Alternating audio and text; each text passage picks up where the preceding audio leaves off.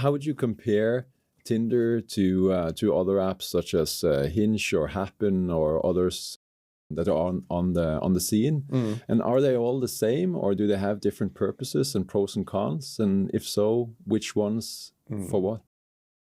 The ones I remember is Hinge, Happen, Tinder, and then you have like Raya, which is like the celebrity one, but that's the one I've thought of. But let's do Tinder, Happen, Hinge. Sure. That seems to be the three. Those are the main ones. The three main ones. Okay. Yeah. If I'm going to simplify it, then sure. I think that Tinder is a bit more superficially constructed. Happen is more based on location, or at least that's what they're advertising. If you see someone out and about on the street and you find cute, then their advertising says that you can find them again on Happen if they are on Happen. Someone passes you on the street. Geolocation. That's the use case. Yeah. Yeah, that's great. But at the same time, if you're living in a big city and you're living next to the bus drives by your apartment 75 times a day, those people also pair on Happen, and that kind of defeats the purpose. And then you have Hinge, which demands, as we talked about earlier, demands a bit more of each user to, answer some more questions about yourself, and you have to do a little more effort into creating your profile. Fewer pictures there, and I think there's no free text field. You do have to answer a lot of questions. No, I think there's no free text. Yeah. I'm no expert, but when talking to people about Hinge, to me it seems like, at least, this is now just talking for Norway, it seems like it's more popular in, let's say, in Oslo, in the capital, than in other parts of the country. Could be true. And also it seems like you have fewer pictures, which is then supposed to be replaced by text and questions, but then you don't have free text field, and most people seem to answer questions with like a word, just because they want to validate the profile. True. It ends up being almost worse than Tinder. True. Yeah. In terms of that makes sense. Amount of information. Yeah. But that's, I'm no expert here, but that's what I've heard. Well, that makes sense. If you're answering those Hinge prompts with one word, that tells you a lot about that person. Yeah, for sure. Yeah. And the intention of being there. Yeah. They just want the access to the dating pool. So they're doing the minimum. The bare minimum. To get access to the dating pool that Hinge provides. And Hinge is probably more popular in Oslo. I live in Oslo. There's a larger amount of single people, which means that the user base on Hinge is larger. If you have to choose one of them, maybe Hinge is a bit better. But again, that depends on what you want. Maybe on Tinder, there's a lot. Some people are more have a greater degree of dating fatigue, but it has also the largest user base. Worldwide and in Norway. Really? Okay. Yeah, it's been here for 12 years. Yeah, so it's like the OG app. It's the OG app. Yeah, it has a lot of people on it. I remember the interface on Tinder and Hinge and Happen, and they're getting more and more similar because Tinder looks at Hinge and sees what works, and they kind of try and steal. Yeah, they all converge. They all converge, try to steal whatever works. Yeah, exactly. So I think that makes sense. But I think, why not do all three?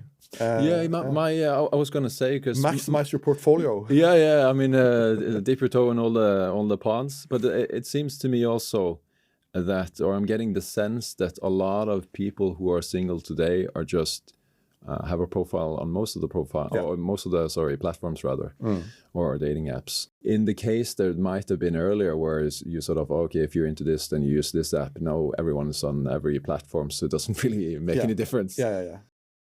It's a lot of work, maintaining a dating app. If you get a match, then you have to keep the conversation. And if you have, maybe you're talking to 3 matches on Tinder, 2 on Hinge, 1 on Happen. So suddenly, that's a full-time job. It's a full-time job. You have 6 people you're talking to, and you have to balance what kind of inside jokes do I have with which person. Who am I meeting on Saturday?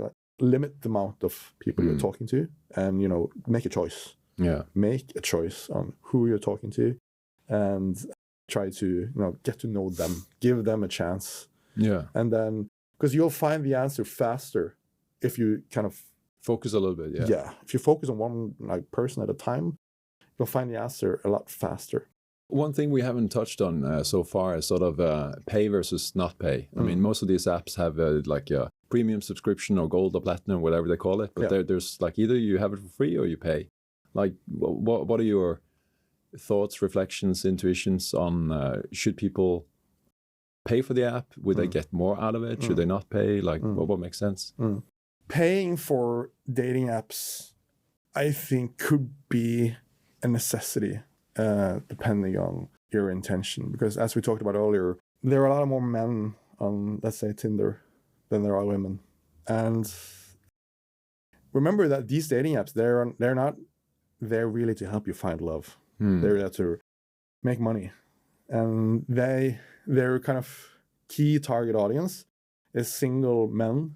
I think it's between 30 and 38. Because they have the money to pay for dating apps, like the premium subscription modes and all that. They're also in that part of their life that if they haven't already settled down, then that's kind of the prime age. So that's kind of the key target audience, not just for Tinder, I think, but all the dating apps. All the dating apps, yeah. Tinder, you have something called gold membership. If you pay for that, you will get access to something called Boost, a way to kind of pay your way to be on top of the algorithm, showing your profile to more women for 30 minutes. So you're kind of above the stack. When a man opens Tinder, let's say he swipes through 40 profiles. And then, the bus comes and he goes on about his day. Women swipe less.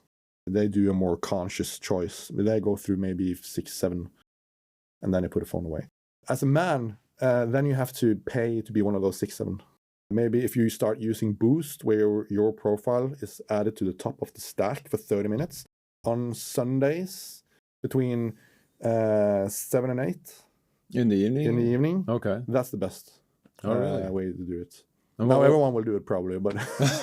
Well, what's the psychology So the psychology behind it Yeah. is that it's Sunday. People are probably a bit hungover, probably a bit lovesick. They've already eaten dinner. They're doing their Sunday activity, which is probably watching a show between 7 and 8. Wishing they were to watching the show. Wishing to watching the show, not really paying attention to the show, being a bit on their phone, maybe swiping on, doing dual screen, being a bit on Tinder as they're watching Love Island, let's say. And then, boom, there's your profile. Is there other features that one would unlock by paying that could be useful other than boosting? There's one of the apps where you can write to someone without them having matched with you first. And then you have something called, it's something called Super Like. Is that useful? Does that work? Well, it depends. Then they know that you like them, but then this ties back to the desperation bit. Yeah. I was going to say, like, is it a positive thing or is it like a signal that this guy is super desperate? It has a negative connotation because you super like someone, you really like him. And in the society that we have right now with, dating being as it is, it can come across as a bit desperate, that you're a bit too interested. So all in all, people should actually not should not use it. Yeah, should avoid, I think, using super likes. But I think boosting, having a better profile in general, is just a better way to go about it. Another thing that you get access to is you can change your location. Let's say you are going on vacation to London in a couple of weeks. And then with paying for a gold membership on Tinder, you can change your location to London. And then, start to match with people there, setting up dates. That could be like an interesting way to use it. I think like 70 or 80% of people who use Tinder are men. Oh, it's that much? I think it's a lot of men on Tinder. Okay. Yeah. You're competing against a lot of other men, and women are also having dating fatigue. They're swiping through under 10 profiles maybe each time they go on Tinder. And then they're like, oh. So you have to be one of those 10. Yeah. So yeah, it could work. That makes sense. If you appreciated that, then click here for more content like this. Go on, click it. And don't forget to subscribe. Be well.